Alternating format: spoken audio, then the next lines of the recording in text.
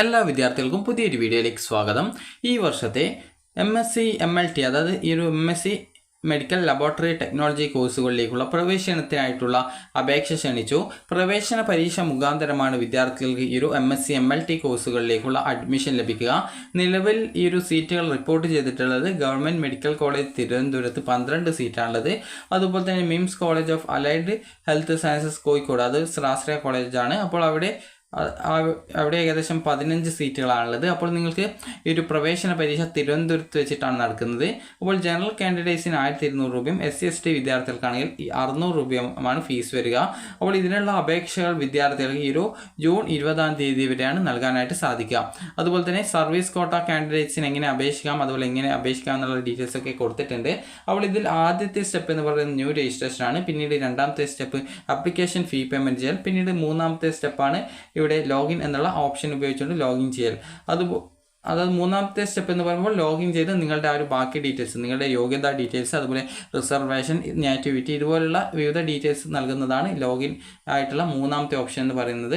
അപ്പോൾ നിങ്ങൾക്ക് ഇവിടെ സർവീസ് കാൻഡിഡേറ്റ്സിന് സെപ്പറേറ്റ് ആയിട്ട് ഒരു ലിങ്കും കാര്യങ്ങളൊക്കെ കൊടുത്തിട്ടുണ്ട്. ജസ്റ്റ് നിങ്ങൾക്ക് അതിൽ ക്ലിക്ക് ചെയ്തുകൊണ്ട് നിങ്ങൾക്ക് സർവീസ് കാൻഡിഡേറ്റ്സിനുള്ള അപേക്ഷ കൊടുക്കാവുന്നതാണ്. ഈ ഒരു ലിങ്ക് എന്ന് പറയുമ്പോൾ ഇത് സർവീസ് കാൻഡിഡേറ്റ്സിന് മാത്രമാണ് അപേക്ഷിക്കാനായിട്ട് പറ്റുക.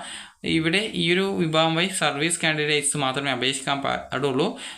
പൊതുവിഭാഗത്തിൽപ്പെട്ട അപേക്ഷകർ ഇതുവഴി അപേക്ഷ സമർപ്പിച്ചാൽ നിരസിക്കുന്നതാണ് എന്നുള്ളത് പ്രത്യേകം സൂചിപ്പിച്ചിട്ടുണ്ട്.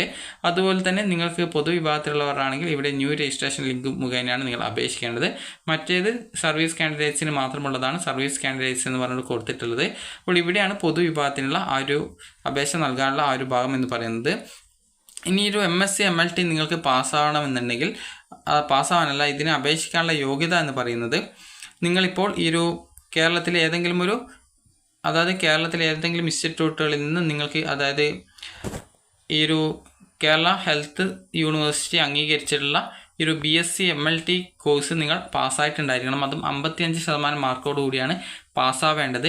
അപ്പോൾ നിങ്ങൾക്ക് ഈ ഒരു എങ്ങനെയാണ് അപേക്ഷിക്കേണ്ടതെന്ന് ചോദിച്ചാൽ നിങ്ങൾക്ക് lbscenter.in എന്നുള്ള വെബ്സൈറ്റ് ഓപ്പൺ ചെയ്യുക. ഇവിടെ നിങ്ങൾക്ക് താഴോട്ടേക്ക് സ്ക്രോൾ ചെയ്യുമ്പോൾ നിങ്ങൾക്ക് കാണാൻ പറ്റുന്നതാണ് ഇവിടെ അഡ്മിഷൻ ടു MSc MLT 2024 എന്ന് പറഞ്ഞിട്ട് കാണാം. ജസ്റ്റ് അതിൽ ക്ലിക്ക് ചെയ്യുക. അപ്പോൾ ഈ ഒരു പേജിലേക്ക് പോകുന്നതാണ്.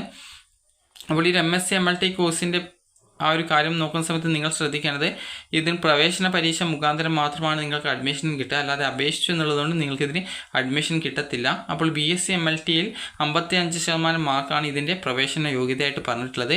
അതുപോലെ തന്നെ സർവീസ് കോട്ട കാൻഡിഡേറ്റ്സിന് എങ്ങനെയാണ് അപേക്ഷ സമർപ്പിക്കേണ്ടത് എന്നുള്ള ഡീറ്റെയിൽസ് ഒക്കെ കൃത്യമായിട്ട് ഇതിൽ കൊടുത്തിട്ടുണ്ട്. അപ്പോൾ ഇത് നിങ്ങൾക്ക് നോക്കിക്കഴിഞ്ഞാൽ നിങ്ങൾക്ക് എങ്ങനെയാണ് ഈ ഒരു സർവീസ് കോട്ട കാൻഡിഡേറ്റ്സിന് അപേക്ഷ സമർപ്പിക്കേണ്ടത് എന്നുള്ള ഡീറ്റെയിൽസ് മനസ്സിലാക്കാം. അതുപോലെ തന്നെ ഇവിടെ നോട്ടിഫിക്കേഷൻ, പ്രോസ്പെക്ടസ്, പ്രസ് റിലീസ് എന്നിവയൊക്കെ കൊടുത്തിട്ടുണ്ട്. അപ്പോൾ ഇതൊക്കെ ജസ്റ്റ് ഒന്ന് നിങ്ങൾ നോക്കുക. കാരണം ഇതിൽ എങ്ങനെയാണ് നിങ്ങൾ ഈ ഒരു അപേക്ഷ സമർപ്പിക്കേണ്ടതെന്നുള്ള ഡീറ്റെയിൽസ് കൃത്യമായിട്ട് കൊടുത്തിട്ടുണ്ട്. അപ്പോൾ നിങ്ങൾക്ക് ഈ ഒരു അപേക്ഷ സമർപ്പിക്കാൻ പറ്റുക ഈ ഒരു ജൂൺ 20-ാം തീയതി വരെയാണ്. അപ്പോൾ ഇവിടെ പ്രത്യേകം കൊടുത്തിട്ടുണ്ട് post graduate degree in medical laboratory technology MSc MLT കോഴ്സുകളിലേക്കുള്ള പ്രവേശനം എന്ന് പറഞ്ഞുകൊണ്ട് കൊടുത്തിട്ടുണ്ട്. അപ്പോൾ നിങ്ങൾക്ക് ഇതുമായി ബന്ധപ്പെട്ട് ഏതൊക്കെ കോഴ്സുകളിലാണ് അതായത് സ്പെഷ്യാലിറ്റി വരുന്നതെന്ന് കൊടുത്തിട്ടുണ്ട്. അതായത് ഈ ഒരു മൈക്രോബയോളജി, ബയോകെമിസ്ട്രി, പാത്തോളജി എന്നിവയിലാണ് ഇതിൻ്റെ ആ ഒരു സ്പെഷ്യാലിറ്റികളിലാണ് ഈ ഒരു കോഴ്സിൻ്റേത് വരുന്നത്. അതുപോലെ വിദ്യാഭ്യാസ യോഗ്യത കൊടുത്തിട്ടുണ്ട്. അതായത് ഈ ഒരു കേരളത്തിലെ ഏതെങ്കിലും യൂണിവേഴ്സിറ്റിയിൽ നിന്നോ Kerala university of health sciences അംഗീകരിച്ച BSc MLT കോഴ്സ് 55% കുറയാതെ മാർക്കോടെ പാസ്സായവർക്ക് അപേക്ഷിക്കാവുന്നതാണ്.